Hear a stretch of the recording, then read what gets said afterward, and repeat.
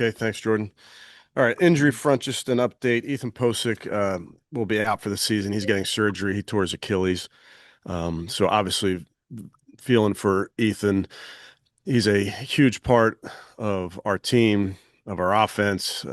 We've relied heavily on him, having a veteran center in there. So disappointed for him, but I know he will bounce back. He's got the right attitude, as you guys would imagine, but disappointed for Ethan. Obviously, that game doesn't go our way, and just trying to talk through it with the team this morning on the things that the reasons for that and the things that we can do better, the things that we have to do better as a football team, offense, defense, special teams, player coaches, things that we have to improve upon in games like that. So it's frustrating. We got to learn from it, and then we'll move on to Chicago. With that, I'll take any questions. First question will go to Mary Kay. Yeah, Kevin, just wondering, is Shador Sanders your starter now for the rest of the season? Yes. Okay. And what is your thinking behind that? I think all along, Mary Kay, as you know, with our quarterbacks and our young players, you're always making sure that you're making the right decisions for our guys. And I think he has constantly and consistently gotten better in each one of these games and how he's approached this game. He's been working very hard, so I feel good about where his development is heading. He knows there are always going to be plays that he can be better and those type of things, but he's very intentional about getting better each and every game he's out there. Has anything surprised you about his development over these past three starts?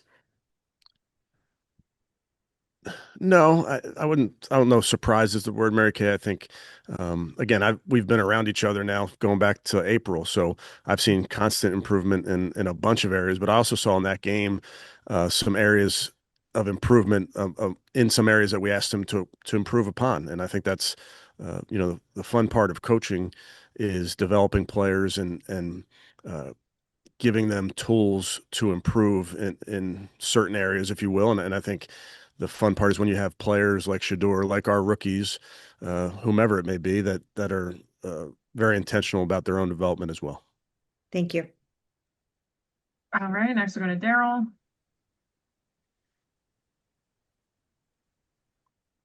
Yeah, Kevin, I wanted to ask about the 2-point conversion philosophy. I know that you guys use the probabilities and all those type of things when making those particular decisions about going for two.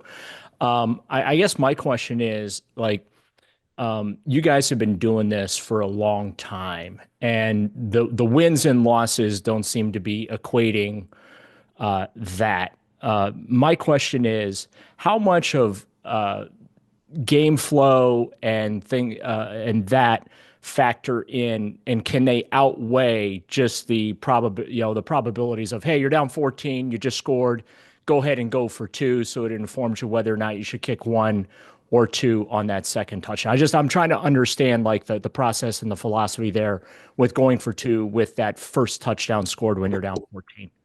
Yeah, well, I think you understand the philosophy behind it. I think I have to go into every game understanding our team, their team, the matchups, the plays that we have available to us. Do we like them? Do we not? Those are the type of decisions that factor into the game. Obviously, you take all that information in, Daryl, as you know, in all your decisions that you make. But ultimately, you're making decisions based on the game that you're playing and what's in front of you. And then just a question about Shador and just his progress, similar to what Mary Kay was asking. Um, the fact that he put up 4 touchdowns in just his third start versus what he did in that first start at Las Vegas, just how pleasantly surprised are you with his progression in such a short timeline, considering maybe how far he might have been behind in training camp and maybe the first quarter of the season? Yeah, again, not that maybe the terms I'd use other than tell you I've been really impressed by his work ethic, and that's going back to since the moment he got here. That's what we've been striving to work with him and with all of our guys. As you know, it's been a huge area for us is player development of all of our players, and I think the guys, when they embrace it, that's the fun part where you get to see these guys making strides. So he's still very early into his career, and he would tell you the same. You want to have constant improvement in everything you're doing. There's moments in these games that come up that are hard to replicate in practice. You can talk through them on tape. You can talk through them in a walkthrough, and then you get the rep in a game, and that's the most valuable learning tool you can have. And I think he will only take all of that and use that to his development moving forward. Next, we'll go to Scott. Hey, Kevin, couple other injury questions. Do you have an update on Denzel and David coming out of the game? Yeah, no update other than to say we'll see how they are come Wednesday. Jack still in the protocol? Yes, Wyatt out this week? yes. Okay. And then after, with time to reflect on it, the idea of going with the hot hand with Shador on that last 2-point conversion, do you have any second thoughts about it? I understand, why he went to the Wildcat, but the fact that he'd been playing so well, does that make you think twice about it? Listen, when you come up short like you do, you think about everything and what you could do differently. Obviously, when you get in those moments, you have the calls ready to roll and plays that you've talked about pre-game and throughout the week. There are going to be times where you want to call back. There'll be times where you have success and it didn't come off exactly how you wanted it. But bottom line is, we came up short in both those tries, and that's where I have to look at it and say, are there things that we can do better? And that's my job to look at it constantly. Thanks. Next, we'll go to Chris. Hey, Kevin, I wanted to ask you about with Ethan out. I'm assuming Luke will be the starter against Chicago. Yes. Is there some benefit, at least in the transition, that Shador has worked a lot with Luke over the course of the offseason and everything, in terms of that connection between the quarterback and center? Yeah, I understand the question potentially, but I think those guys all work really well together. Uh, throughout this offseason, Chris, they've all kind of gotten reps with different guys. So I think Luke's somebody that, when you're playing that position, the center position, we put a lot on your plate. And when you're working with Poe and your Poe's backup, you really have to lock in and understand all that. And Luke has worked very hard. So he's done a nice job of making sure he's ready to roll in any instance that we may need him. And I think he'll be ready to roll in this one. One last question then on Shador and just his pocket presence and how one of the issues it seemed like he had early on was drifting a lot, and drifting backwards. It seems like he's doing a better job, more consistent job of staying within the pocket, getting out obviously when he needs to, but just how have you seen him grow in that regard in his game? Yeah, that's definitely been a area of focus for him that I think he continues to improve. I think there were multiple plays in that game where there was really good evidence of really good footwork that you can coach off of, that you want to, point out that this is exactly drill work. This is what you're working on Wednesday, Thursday, and Friday. It's showing up here on Sunday. Thanks. All right, next, go to Tony. Kevin, hi. Was it a mistake not to start Shador earlier? Yeah, I'm not going to get into those type of things, Tony. I'm obviously focused on what's in front of us. About the second 2-point conversion, Batonio said after the game, you guys were repping that play back in Philadelphia. I remember seeing it myself. But the fact is, Judkins was not with you in Philadelphia.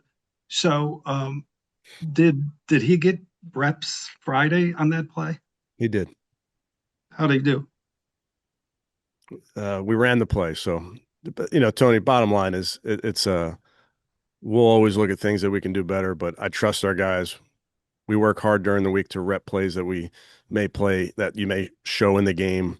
But that was not the issue there. Okay. Thank you. All right, next, go to Ashley. Hey, Kevin, I had a question about the first 2-point conversion attempt. So I guess following up on what Chris was asking, was there an issue with the snap with Luke being in at that point and Ethan having come out? And was there any confusion just on the snap itself? Yeah, no confusion in the snap. Obviously, center quarterback exchanges, you don't want them to show up in a game like that. Those guys have had plenty of reps together. That you get reps before and after a series, those type of things. So that was unfortunate for that to happen at that moment. And then, like, when the ball came out, it looked like kind of like multiple guys on both teams just standing around for a second or two. Like, was there just confusion Yeah, it on what appeared. happened, like the rules, or what do you think No, we, happened? we actually just watched a play on Friday from the Miami New Orleans game where there was an interception that went back on a 2 point play, which is a pick two. You get 2 points for it. So we just looked at that. It appeared to me like we touched him down. Now we didn't Mhm. look at it any closer because the result was what it was.